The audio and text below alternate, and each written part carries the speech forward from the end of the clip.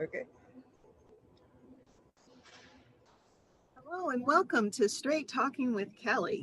This is my new podcast that is focused on bringing you some of the most creative, talented, and intelligent people from various industries. Today I have Shelah Moody.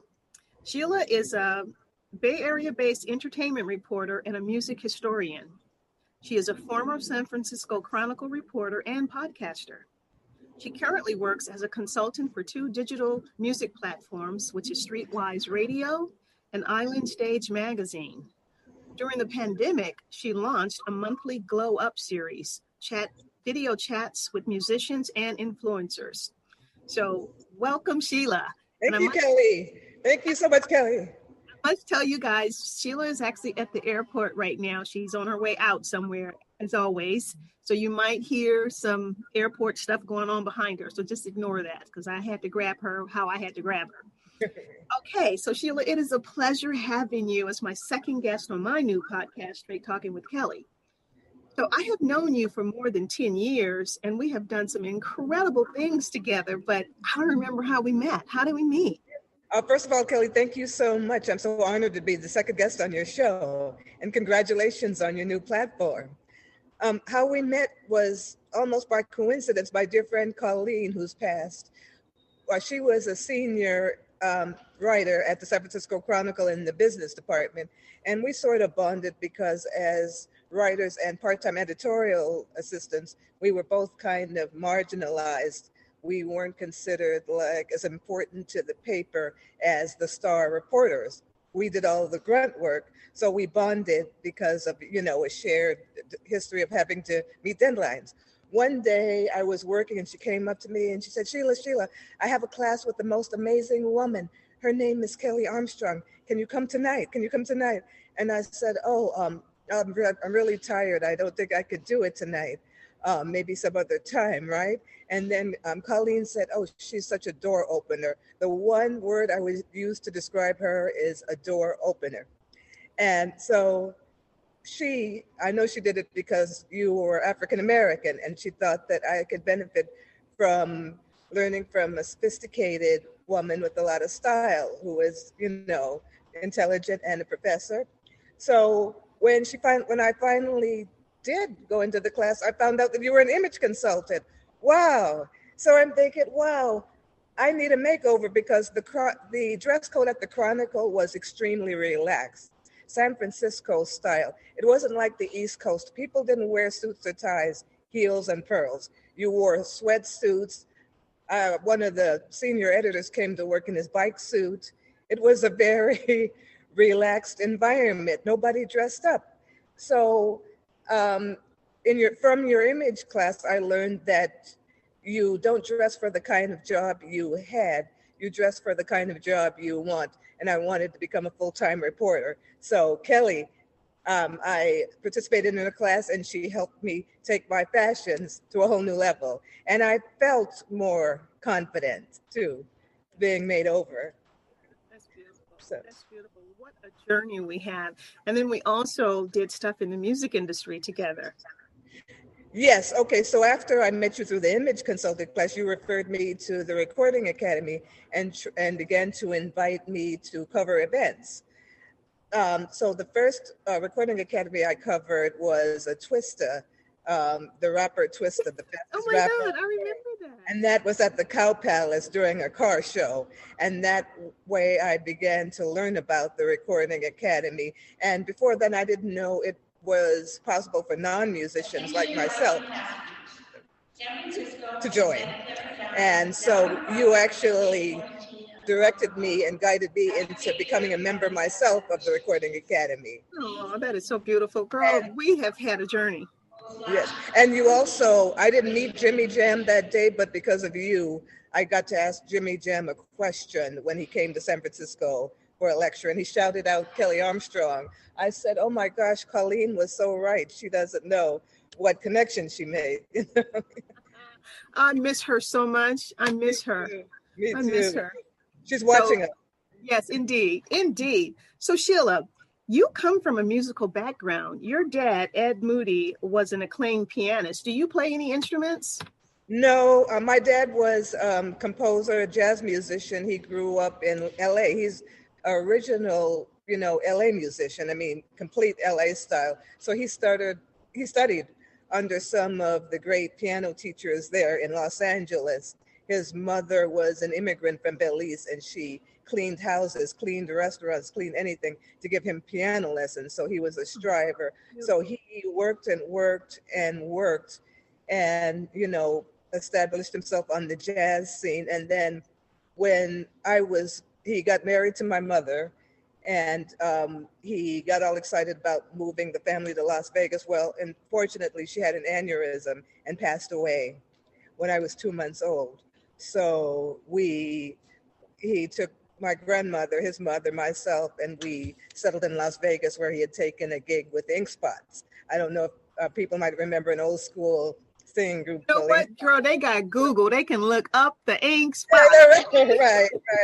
Right. So there I was, in Las Vegas. And do I play an instrument? He actually tried to teach me piano. He was the composer of lots of songs. Afro-Brazilian was his favorite type of music, and bossa nova. Oh, he was a bossa nova fanatic. He tried to teach me piano. It's hard for parents to really teach you anything because they get frustrated and you're their kid and everything.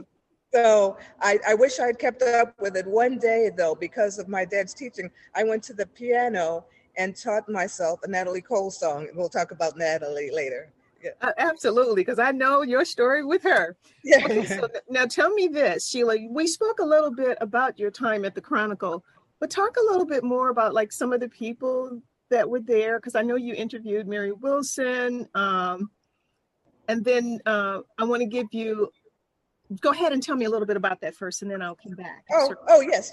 Well, I got in the Chronicle through the back door. I started out in the basement taking newspaper subscriptions, and I was persistent. I had a degree in journalism and a master's degree in ethnic studies, so I just kept asking people, how do I get up there to the third floor where all the writing is? How do I get up there? And so I just kept asking people. And so one day I saw a former colleague of mine. This is why networking is so important. I saw a former classmate of mine from San Francisco State. She was a reporter upstairs. I said, Cece, how do you get up there? I want to get up there where you are.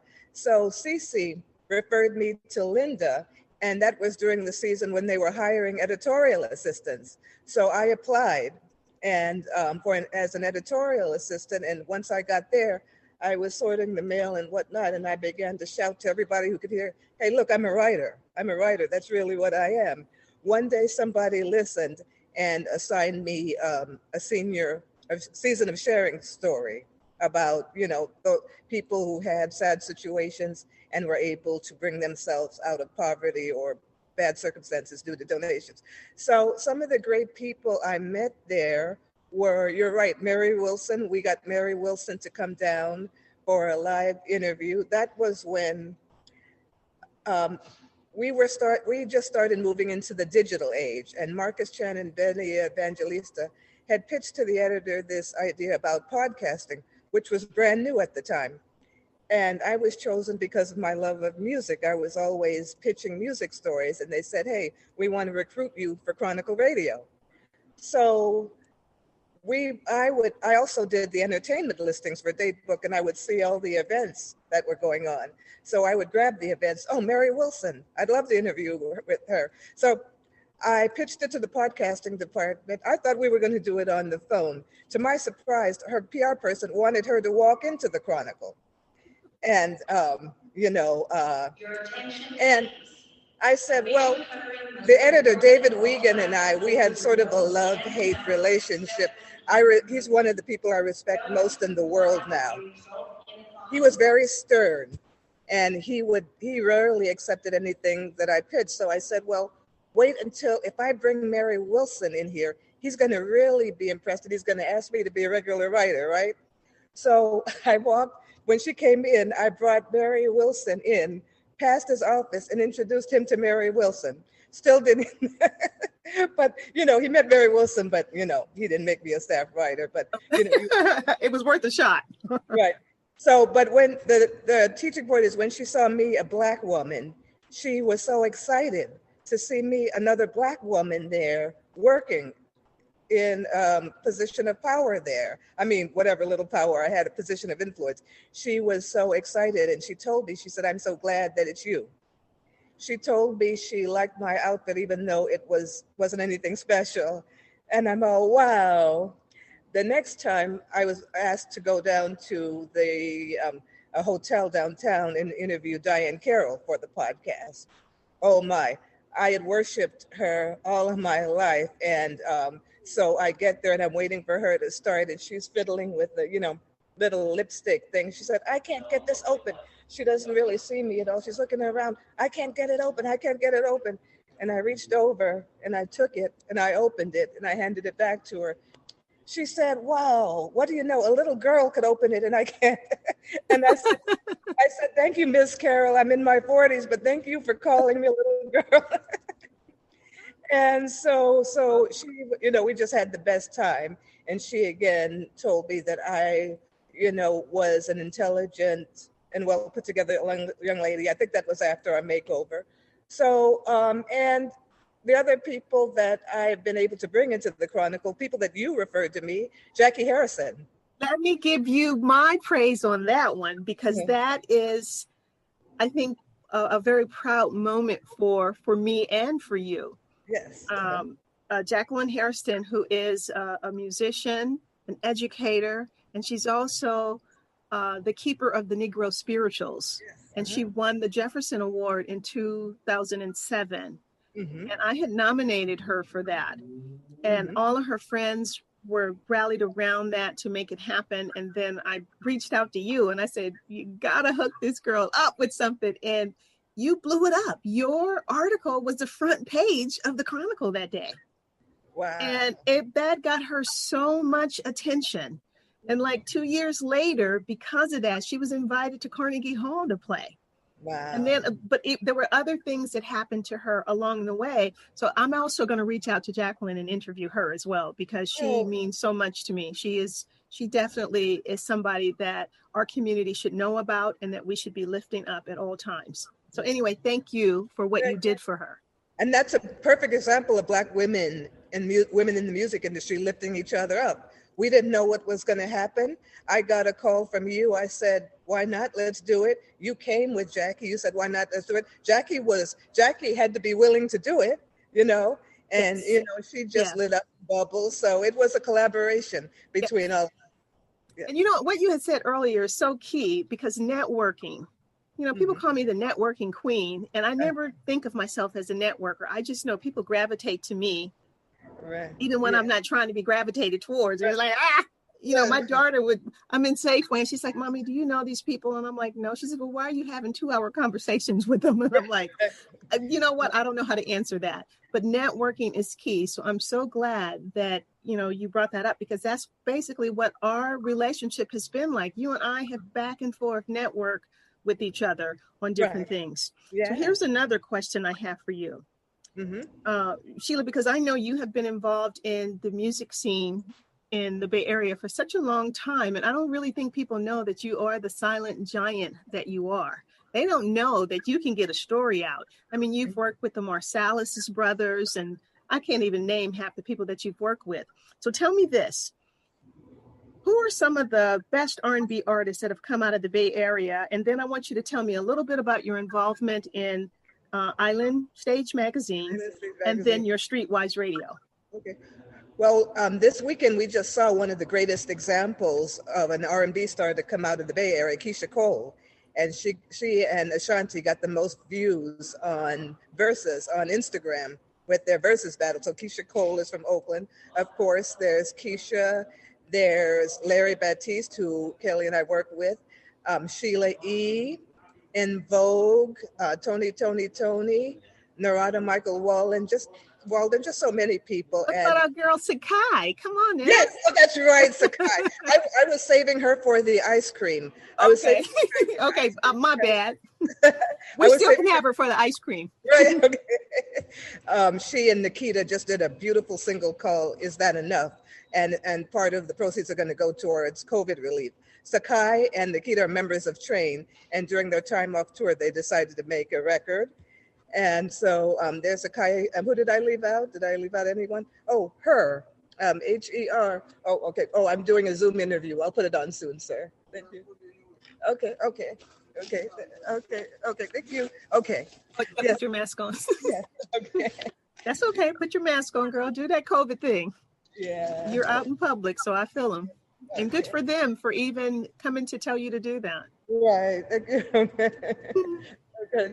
Thank you. How are you? I'm in a Zoom interview, but I'll talk to you later. I'm in a Zoom interview. I'll talk to you later. Okay. Thank you. Thank you. Thank you. Bye-bye. Oh, Jesse. Hi. Oh, that's right. Oh, hi. He was kidding. That's my friend. You know what? He's a musician. Hi. Tell him to stick his head through. Okay. Come. Hi. Say hi. Who's that? Say hi. We're on a live Zoom interview. This is Jesse B. Hello. Okay. Can you see him? Yeah, I could see. He is one of the the baddest African drummers out there. I've done some PR for him too.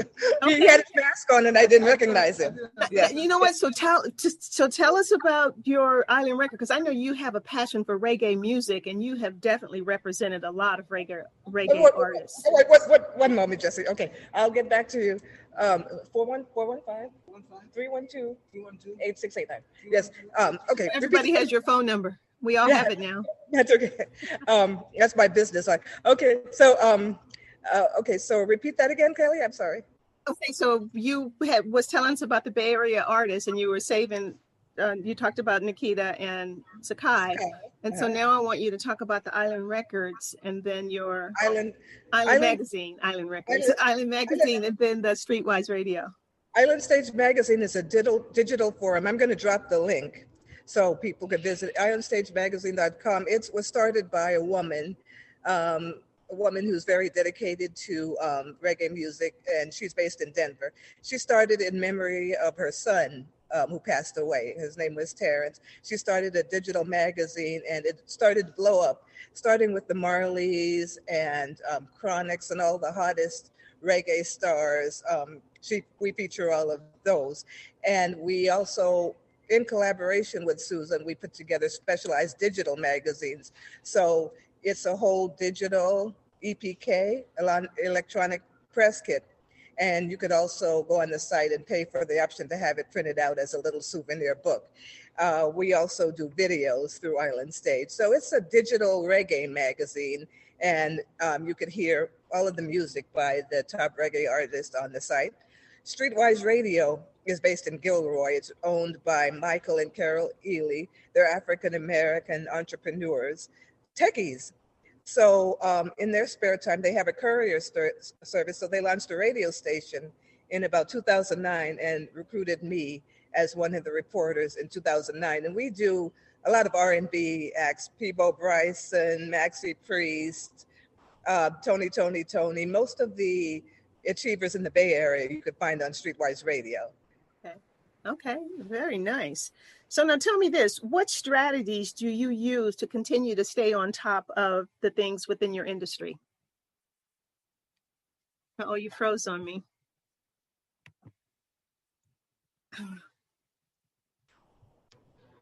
Hello? Did you hear me? You froze on me. Oh, sorry. Okay, now I can hear. So tell me this, I said, what strategies do you use to continue to stay on top of the things within your industry? Well, now everything is, I get a lot of information from Instagram and Facebook and YouTube. So I scroll to YouTube and I'll see that somebody is having a record release party or a live streaming concert, and I'll log on and get all the information. Or networking. I'll call after the COVID crisis. Oh, sorry. I reached out to all of the musicians I know, and I said, I know you're not touring. It's hard for musicians. How can I help? So like Sakai and Ben Hunter and people like Jesse, who you just met, I started to personally reach out to everyone and ask how I could help. So to stay current, I found out what they were doing and how they were coping in the pandemic. So even though there's a pandemic, I am still able to contact people either through phone or video chats or social media and reach out to people. Staying current, I like YouTube.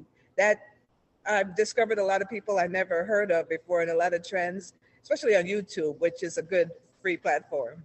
Okay, very nice. So name 3 people that have inspired you. And just 3, because I know you probably got a lot, but 3. Okay. First of all, I should say you, Kelly, because if it wasn't for you, I'd have no personal style. I'd just be, lumbering around just in my head about my stories and in a cloth sack and boots, a cloth sack and boots. Okay. And my dad was very inspired because he told me he didn't put any limits on my achievements. He raised me to believe that I could do anything and not to let anybody intimidate me.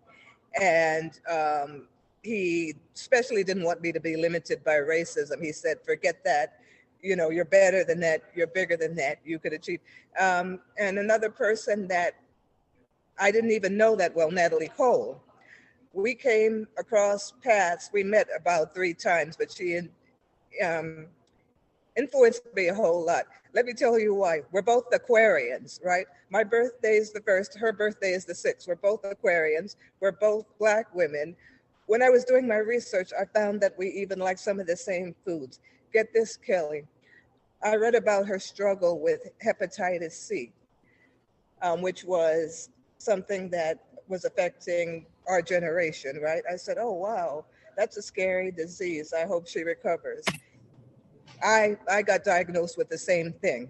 I'm cured now. We both were cured. Right. Mm-hmm. So I'm thinking, wow, why is my life mirroring hers in some ways, except the superstardom? So yes, the 3 people: Kelly Armstrong, Edward Moody, Natalie Cole. Okay, there we go. Thank you. I appreciate being on that list. So now, Shelah, I can say that I was, thank God I was cured of Hep C, and I was inspired by Natalie Cole to find the cure. Thanks. Okay, and I remember when you went through all of that. So Shelah, tell me this, looking back on your life thus far, what would your 9-year-old little girl say about the woman you've become today?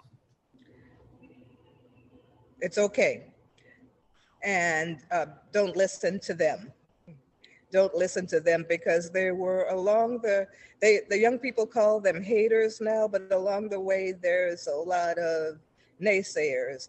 I was on the bus, and I was a teenager, was on the bus, on my way to a little temp job, and an older Black man sat next to me, and he asked me what I wanted to be when I grew up, and I said, a reporter.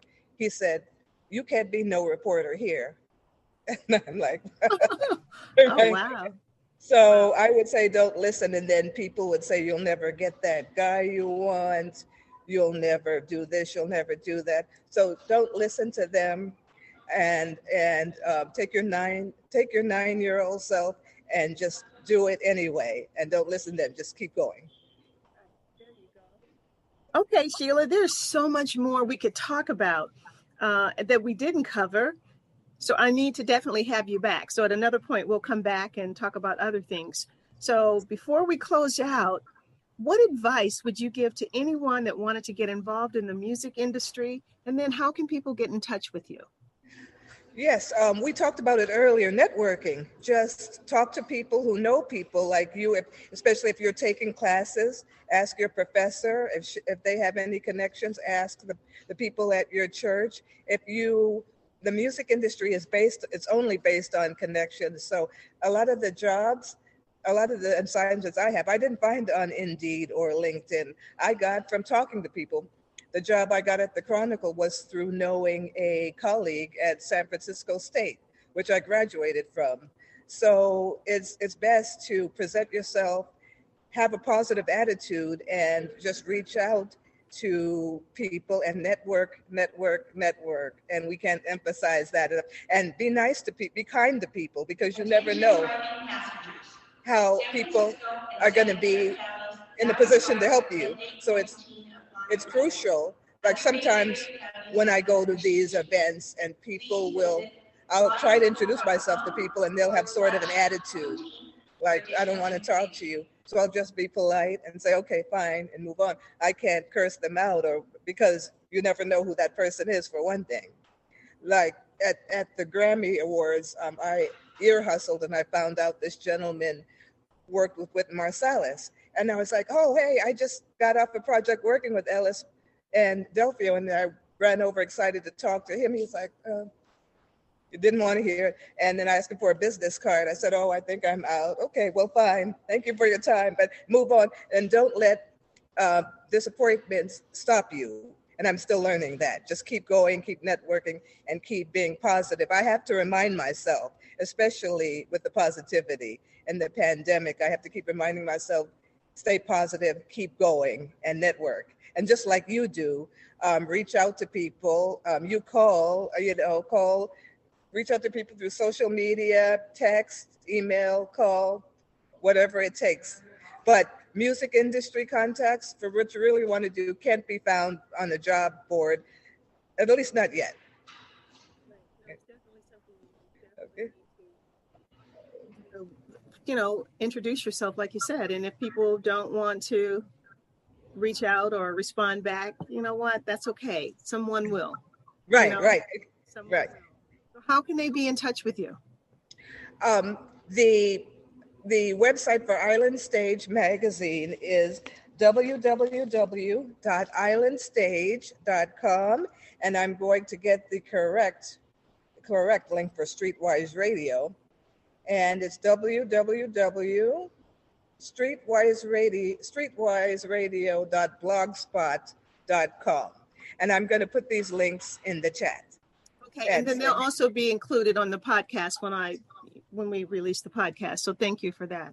Yes. Shelah, it has been such a pleasure wrapping up, learning a little bit more about you, some things I didn't know. So that was great. And just kind of reminiscing with some of the people that have been in our life, like Jacqueline Hairston and Sakai and our beloved Colleen Benson. So Larry Batiste, Twista, yeah. And thank you so much for having me on the show. I'm really honored. Anytime I could.